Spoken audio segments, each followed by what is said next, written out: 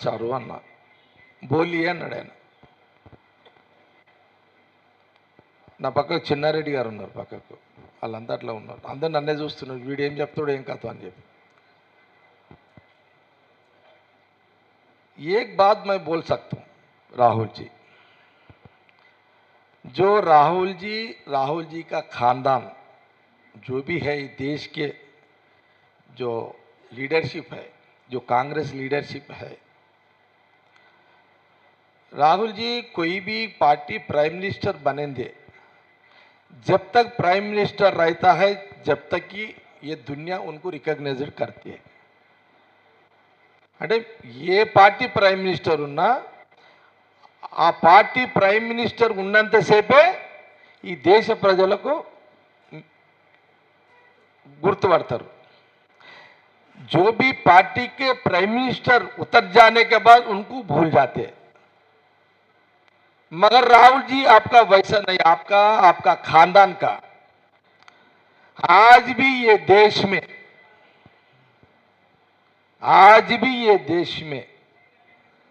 ఈ రోజు కూడా ఈ దేశంలో మహాత్మా గాంధీ తర్వాత మోతీలాల్ నెహ్రూ, జవహర్లాల్ నెహ్రూ అండ్ టాప్లో top Indira Gandhi and Rajiv Gandhi, president Sonia ji, Rahul ji, Priyanka ji. Rahul ji आप प्रधानमंत्री कुर्सी का जरूरत नहीं है. जिसका కుర్చీ పై बैठता है उसका ही इज्जत ज्यादा देते. ఎవరైతే ఎక్కువ కుర్చీలో కూర్చుంటారో వాళ్ళకి గౌరవం ఎక్కువ ఇస్తారు.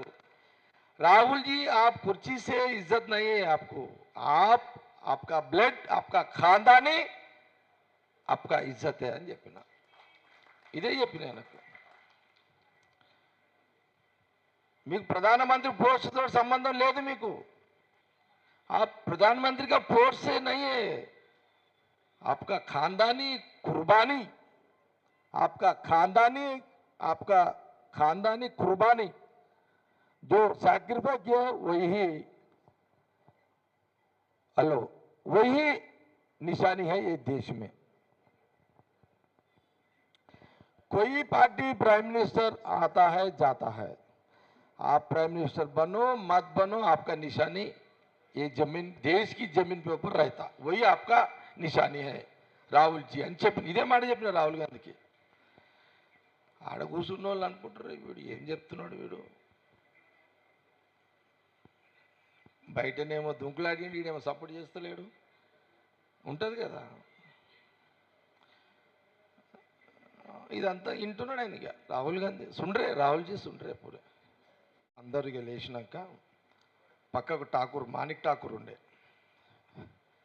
నన్ను పిలిచిండు. జగ్గారెడ్డి ఏ కామ్ కర్ సక్తే క్యా సాబ్ అన్నాడు. నేను 15 నిమిషాలు మాట్లాడినా, విన్నాడు. సాబ్ బోలో సాబ్ అన్నా.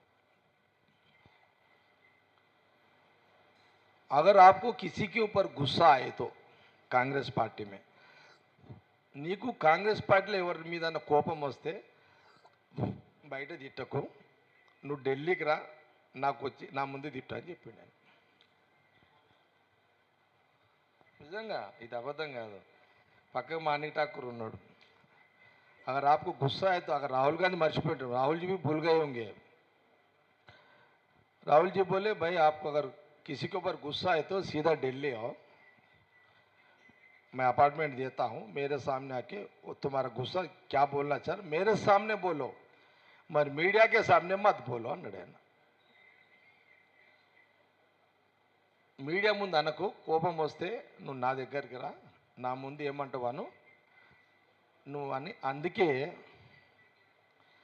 నేను చెప్పాలనుకున్నా ఏదన్నా, అందుకే ఆ 3.5 ఏళ్ళ నుంచి ఇప్పటి వరకు నేను బయట రాహుల్ గాంధీ అన్న మాటకు, నేను ఇచ్చిన మాట కట్టుబడి నేను ఇప్పటిదాకా ఎవరి విషయాలు కానీ ఏ విషయాలు కానీ బయట కూడా మాట్లాడతలేదు. ఈ జూలైలో మాట్లాడుతున్నా కాబట్టి ఈ వివరణ ఇచ్చిన నీకు. అరే జగ్గారెడ్డి మాట ఏదో చెప్తాన్నాడు 30 తారీఖు లోపల, మరి ఏం చెప్తలేడు, మాట తప్పిండా? నేను మర్చిపోతే మీరు యాడ్ చేసారు.